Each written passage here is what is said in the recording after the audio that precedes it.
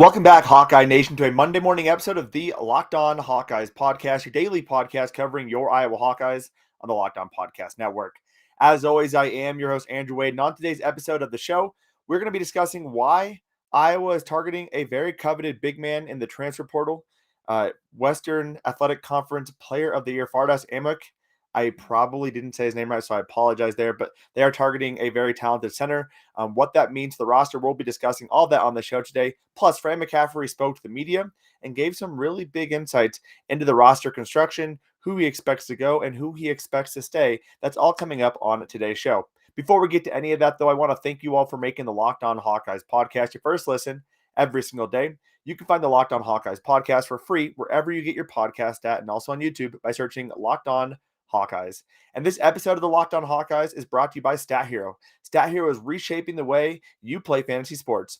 Dozens of house-based games to play daily, no sharks, no funky props, just your skill versus the lineups you choose. Sign up today at stathero.com/lockedon. So let's get into it. Iowa has been linked to former Western Athletic Conference Player of the Year, Fardaws Aimaq, out of Utah Valley. And that is very big news for the Hawkeyes. A lot of times the transfer portal has been such a big piece of college basketball the last couple of years, and Iowa hasn't been overly active per se in the transfer portal because they're not bringing in a lot of guys. But I think people sometimes mistake being active in the transfer portal versus actually bringing in guys, right? And so Fran McCaffery and his unit, his coaching staff, they do a good job of vetting through players, finding the right guys that might make sense to the program and targeting those guys specifically. They're not going to go out and find 8 or 9 transfers like Iowa State did this past year. They're not in a position to do that. It's not something Fran McCaffery wants to do. But they are active. They just don't bring in a lot of guys because that limits the pool quite significantly. And then at that point, they have to target guys who want to go to them, kind of like they did with Filip Rebraca last year. So now the only guy that Iowa has been linked to at this point is Utah Valley center Fardaws Aimaq. Now, I think it's pretty obvious to anyone who's watched Iowa basketball games this year, Iowa could use a refined big man on this squad. Filip Rebraca is an undersized 5. I thought he played admirably. I thought he played well for the most part, but he's an undersized 5, especially in a Big Ten that has a lot of bigs. Now, granted, a lot of those bigs might be leaving this year, but they have a lot of bigs. Behind him, Riley Mulvey was supposed to be a senior in high school this year, and Josh Ogundele hasn't gotten the cardiovascular conditioning down to this point. His offensive game is also not refined to this point. He played some very valuable minutes down the stretch, especially against Purdue, but he just isn't there yet. And this is clearly an indication that Iowa knows they need to get better at that 5 spot in order to improve next year. Fardaws is not going to be an easy guy to grab, though.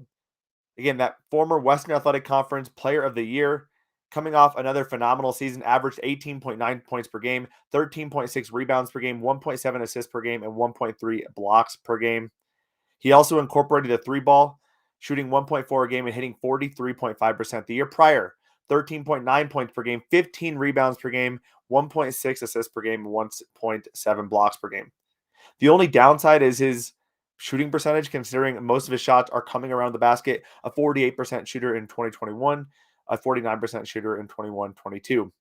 He's 6'11", 245 pounds with 2 years of eligibility left at this point. He played his freshman year at Mercer, transferred to Utah Valley, redshirted, and then played the last 2 seasons. So he has 1 year of actual eligibility plus a COVID year of eligibility. This is not going to be an easy guy to grab, though. He is currently being recruited by South Carolina, Texas Tech, Arkansas, Kentucky, Washington, Gonzaga, you name it. He is getting offers and talking to staff members about playing time there.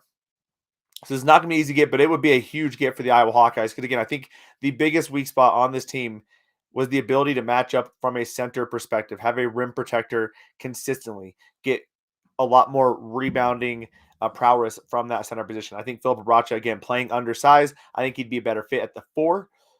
Where he would play if Iowa were to land this guy, though, I don't think Filip would be in the starting lineup. I think he would more than likely come off the bench or potentially slide in that 4 spot, depending on who stays, who goes. Now, as far as Iowa goes, they currently have an extra scholarship available right now, so this makes sense. They may have another one available as well, with some different transfers and different situations like that. As far as what this means for Iowa in terms of the transfer portal, what else could they be doing? A lot of people have also mentioned a guard. Now, I don't feel 100% confident that we have a guy right now that can be the general that can lead this team consistently for 20 to 25 minutes a game. But does Fran McCaffery feel that way? I believe he feels like he has the guys in that room between Joe Toussaint, Aaron Eulis, and Asante Bowen. Now, I'm not saying none of those guys can lead this team. In fact, I think all three of those guys have potential. We just haven't seen it to this point. And you don't want to go into the season not sure what's going to happen at that point guard spot. Joe Toussaint is in the lead, obviously, to be that starting point guard. I like him coming off the bench, though. And he's been a mixed bag. He has so much energy defensively, so much energy offensively, and can break down guys off the dribble, but he plays too out of control too often. Aaron Euler is kind of a similar thing, a little bit less out of control more often than not compared to Joe Toussaint, but still struggled down the stretch, still was not able to make as many plays, dribbled a lot more than he probably should have. And then you look at Asante Bowen. Asante Bowen, a four-star guard. You have to feel pretty good about him coming in, but is he going to be the guy that Fran wants to rely on this year? That's really the other question. I don't think Iowa's going to target a guard, especially with the news that Josh Dix should be ready to play by the beginning of this season. But that could be another area they target as well. Someone who has the ability to be a combo guard, play the point, play the shooting guard spot, so they can rotate in that nice rotation. I don't think Iowa's going to go there. I wouldn't be opposed to Iowa going there as well, though. Coming up, we're going to talk a little bit about the roster construction. Fran McCaffery spoke to Sports Illustrated, gave a lot of good insights into a couple guys who are probably returning and a couple guys, or one guy in particular, who is certainly not. Plus, we're going to talk about the slip of Patrick McCaffery, announcing that one guy might be transferring. Spoiler alert, it wasn't actually a slip, and we'll get to all that here in a few short moments. But first, with March Madness coming towards an end, right? We have the Final Four up ahead of us. Your bracket is probably completely busted, just like mine is. It just got absolutely annihilated this season. Thankfully, I've been hedging my bets this year with StatHero's NCAA Pick'em contest. StatHero's NCAA single game Pick'em pits the star players against each other in an amazing hybrid between fantasy and sports gambling. You can take control back from those handicappers that always seem to have the advantage and start focusing on the players that you know the best with a gameplay that doesn't rely on big spreads, long odds, or even funky props. StatHero gives you the advantage, resulting in their gamers winning 4 times more often. Why? Because StatHero eliminates the mystery about who or what you are going up against. They basically post their set of players, and you pick your own set of players to go against them. It's that easy. So if your bracket is busted, or even if it's not, you can go to stathero.com/lockedon, sign up for free right now, and use the promo code LOCKEDON for a 100% deposit match. That's stathero.com/lockedon. Use promo code LOCKEDON for a 100% deposit match. That's stathero.com/lockedon, promo code LOCKEDON. Terms and conditions do apply. And again, thank you all for making the Locked On Hawkeyes podcast your first listen every single day. I appreciate each and every one of you listening to the show. I appreciate your love, your support, and you can find us for free wherever you get podcasts at, and also on YouTube by searching Locked On Hawkeyes. Now I want to talk a little bit about Fran McCaffery, and he spoke to Sports Illustrated. He talked about Connor McCaffery, Philip Abracha, Josh Dix, and also Chris and Keegan Murray. What did we learn about that? We're going to cover that here in a second. But first, I've talked about this on several shows to this point. This is my final week hosting the Locked On Hawkeyes podcast. I'm going to talk a little bit more about that on segment 3. We do have a transition plan in place. But just want to make sure everyone knows this is my final week. This is my final Monday episode hosting the show. And I'll talk a little bit more about that coming up here in a little bit. Fran McCaffery, though, spoke to Sports Illustrated, made a couple interesting comments. And let's start with the easy one, Keegan Murray. He has no problem with Keegan Murray leaving. He said, why wouldn't you? You're set to earn millions and millions of dollars. Now, I talked about this on a previous show. Keegan Murray, after the game, talked about getting better, working harder in the offseason to improve for next year. Keegan Murray's dad, Kenya Murray, talked about the fact that Keegan wasn't going to make a decision based off of money. He was going to make a decision based off his heart. Both those things led me to believe this was not a done deal. However, it would be dumb to honestly see Keegan Murray come back. He is a projected top 10 pick. You have to go to the NBA. And it sounds like Fran McCaffery is basically operating under the assumption that Keegan Murray is definitely gone from the program. He is definitely going to the NBA. But as for his son, who Fran McCaffery didn't seem to know kind of what direction he was leaning at initially. He said, Connor went through senior night, but I think he'll come back. But he's sorting through some things and he's got some options. So we will see. We've talked a lot about Connor McCaffery. He is vital to this team's success, no matter what way you swing it. Yes, you can compare all the statistics in the world, and you're probably going to come out ahead saying Connor doesn't provide a lot statistically. It is not about the statistics that Connor individually provides. It's about the statistics of how the team of Iowa performs with Connor McCaffery on the court. He is a leader out there. He is one of the best passers we have. He is the best inbounder guy we have. And he started to improve his shooting stroke as well towards the end of the season, knocking down threes at a pretty respectable rate. Look at what he did against Purdue towards the end of that game as well. Connor McCaffery was one of the big reasons Iowa was able to beat Purdue. He also mentioned Filip Rebraca is going to return. Didn't seem to have any question on that as well. And then when asked, on guys leaving in general, he said, I don't know, but I think somebody will at some point. That is just the nature of the beast, right? The transfer portal has allowed it to be so easy to leave the program. That's part of the reason why Fran McCaffery recruits guys, though, that want to stick around, that want to be developed, that want to grow as an Iowa basketball player. He's looking for specific guys who are willing to battle through adversity and stick with the program. Like we've seen Joe Toussaint. Joe Toussaint is so mentally and physically tough. A lot of players this day and age, after starting their freshman year, moving back to the bench, starting their junior year, moving to the bench halfway through, wouldn't have come out with half the energy Joe Toussaint did. Joe Toussaint came out like a man on fire and played some of his best basketball down the stretch for the Iowa basketball team and was a phenomenal bench player coming off the bench as that sixth man. That is not something that's very common in college basketball this year. It's not very common to have 9 guys, 10 guys who can be rotated in and off the court and provide very valuable minutes. Even Michigan State, Izzo talked a little bit about this as well. He said it's tough to keep that many guards happy. They want the ball in their hands, but Fran McCaffery is able to find a way to do it. So yes, there could be a guy going. We've talked a little bit about that. I could see someone in that point guard room leaving potentially. Another guy to watch out for, simply because of the rumor mill that started, was Josh Ogundele. On Patrick McCaffrey's podcast, he kind of had some not the most audible audio that seemed like he said Josh won't be back. It sounds like he was actually saying Josh could beat Peyton Sanford in golf or something along those lines. So nothing to look too much into, but it wouldn't surprise me to see a big man go, especially if Iowa is looking for a big man. It's just another roadblock to getting more playing time. And I think Josh has played some really valuable minutes, but he has a lot of work to do offensively to get up to snuff to be able to play even more minutes for the Iowa Hawkeyes.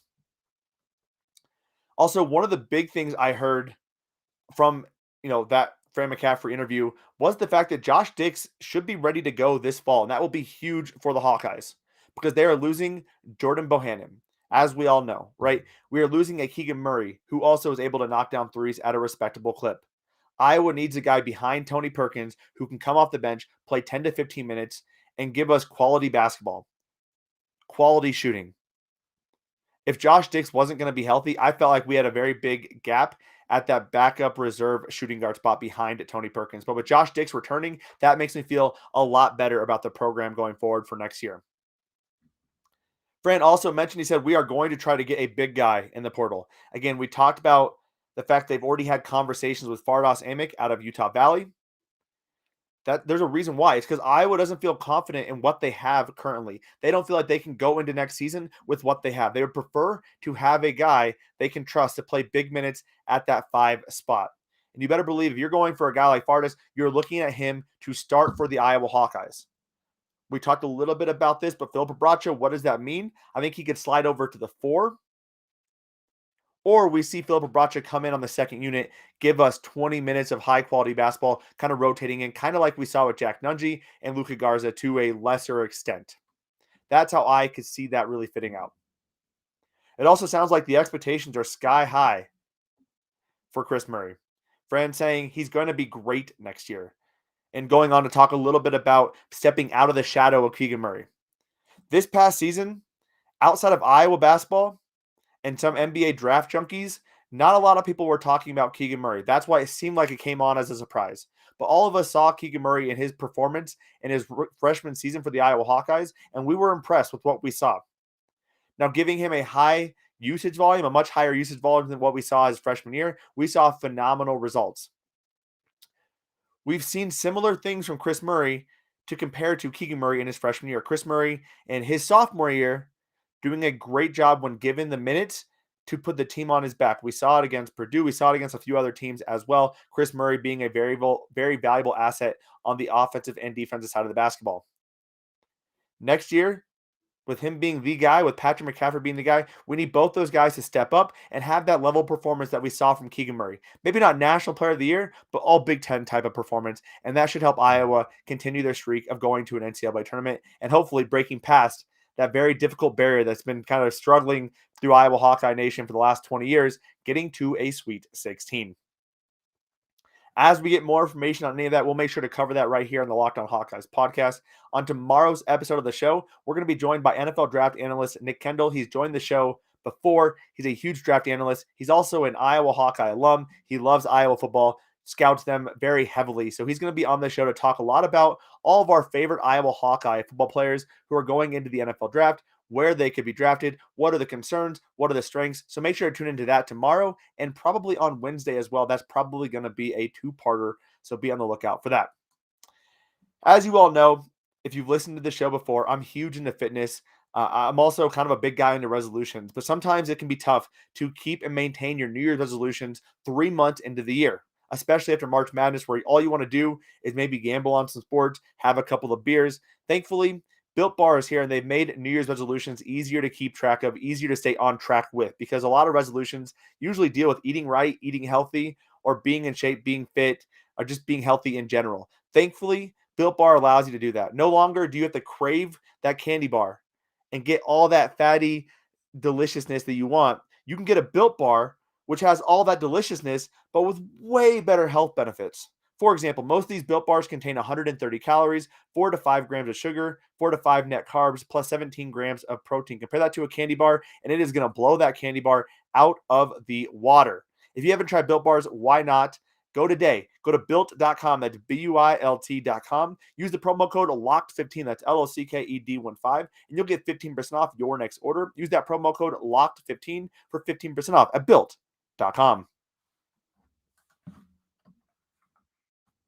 All right, y'all, and we are back for our third and our final segment of the Locked On Hawkeyes podcast today. As I alluded to when we began segment number 2, this is my final week hosting the Locked On Hawkeyes podcast. I've hosted nearly 650 episodes of the show. It has been a phenomenal experience, one I will always remember, truly cherish, and very much appreciate from the last 3.5 years. It has been an incredible ride. As most of you know, if you've listened to the show, I just recently celebrated the birth of my first child, my baby boy, Maverick Campos Wade. He is alive and well. We're 2 weeks in, trying to get some sleep and all that fun stuff. I'm also currently in grad school at the University of Iowa, and I have a very important position for me professionally, working at the Children's Hospital as a full-time gig. Between all of that, it just wasn't feasible to give you all the effort and the input you deserve on a consistent basis. It was making it tougher and tougher to try to balance all of those things. This is something that's been in the works for a couple of months now. We do have a transition plan in place. They're working on getting that all up and running. There might be a slight couple day pause on the episodes. My last episode is going to be Thursday, though. The next two hosts, I think there's going to be two hosts, one hosting a couple times a week, the other one hosting the other episodes. I think you're going to be really excited about these hosts. One is near and dear to my heart. Another one is a former Iowa Hawkeye athlete. So be on the lookout for that. As we get more details, we'll be releasing that as well.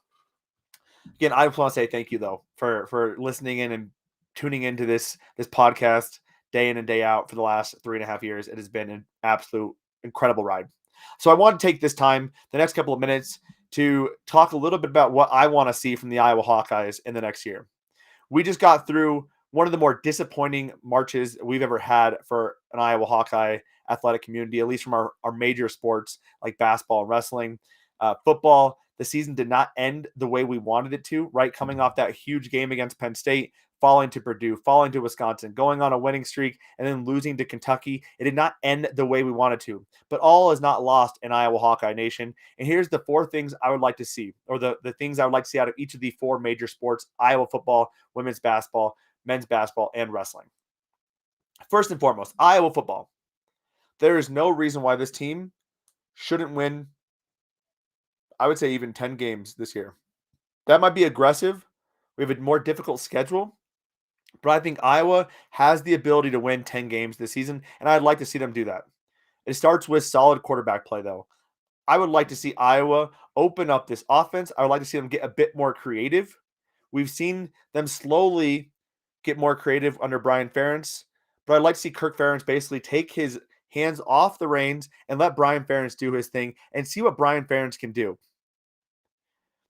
Iowa loves that zone running concept, the outside zone concept. It was not very good last year.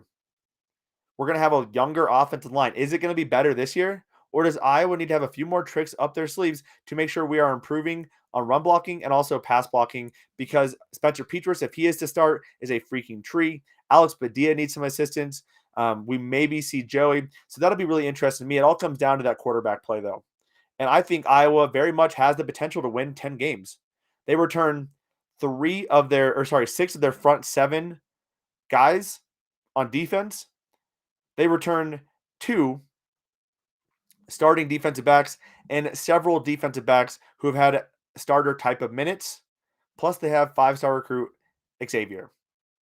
There is no reason why this defense can't be just as good as last year. Anytime you return a Riley Moss, right, the defensive back of the year, that is going to be a huge win for the Iowa Hawkeyes. Plus, I've been really impressed by Jamari Harris and Terry Roberts. Sebastian Castro has gotten time. Quinn Schulte has looked good. So this defense should at least be able to help them. The offense just needs to get to like the 70th range in efficiency, and they will be a 10-win team. For men's basketball, I want to see them make a Sweet 16. They had a prime opportunity this year in a year that was very much filled with a lot of parity, as we've seen with the March Madness tournament. I would like to see this men's basketball team make a Sweet 16, and I believe they have the ability to do so. As long as the 3-headed monster of Tony Perkins, Chris Murray, and Patrick McCaffery step up. Tony Perkins, we saw that. Just continue that progression, man. Chris Murray, be willing to be the guy. And Patrick McCaffery, I think, needs to continue to do a better job finishing around the rim. And also, it seems like, knowing what he's going to do before he does it. Patrick McCaffery has all the gifts in the world, and he's a friend of the show, and I've loved watching him play basketball, but I'd like to see him kind of take those next steps to continue that improvement. But I think all 3 of those guys have the ability to be all Big Ten players next year. Elite level players for the Iowa Hawkeyes. And if that happens, Iowa should be a Sweet 16 team. They should be a top 20 team next year. For women's basketball, it's Final Four or bust. You cannot have the same starting lineup for 3 years, an all Big Ten center in Monica Sinano, a all college player like the NCAA Player of the Year candidate and Caitlin Clark, and not go far. Absolutely abysmal this year, losing in the round of 32. They should be in the Final Four next year. There's no excuse at this point. You have to go to a Final Four, I think, under this group. That might be setting the expectations really high, but they should be high. This is the best group, the best starting 5 Iowa has had ever. I think it's the most competitive starting 5, I should say, ever. And wrestling-wise, I want to see more than one national champion. Yes, I would love to see a national championship for the whole team. I think given the amount of changes in the lineup, I'd just be happy to see more than one national champion. Spencer Lee should be healthy. I'm counting that as 1. I would like to see either Jacob Warner or Tony Cassiope take that next step and get that W, get that national championship this year. Those are the things I want to see from the Iowa Hawkeye athletic community. Let me know what you want to see in the YouTube comment or in a 5-star review if you want to do that. Just a reminder again, this is my last couple of days hosting the show. If you want to communicate with me on Twitter, feel free to follow me at Wade_Andrew. It's right there in the YouTube picture as well. Would love to continue to chat and talk shop Iowa Hawkeyes or rom-coms, trashy reality television. You name it, I'll probably talk about it on Twitter, so be on the lookout for that. Again, thank you all for tuning in to today's episode of the Locked On Hawkeyes podcast. And I know you all make the Locked On Hawkeyes podcast your first listen every single day, which I thank you for. Now it's time to make your second listen, the Locked On NFL Draft podcast, hosted by Ryan Tracy and former NFL cornerback Eric Crocker. They bring the NFL Draft to life every single day with insight and analysis on college football prospects and NFL front offices. Plus, it's free and available wherever you get your podcast app. So again, thank you all for tuning in. Have a fantastic Monday, Hawkeye Nation. And as always, let's go.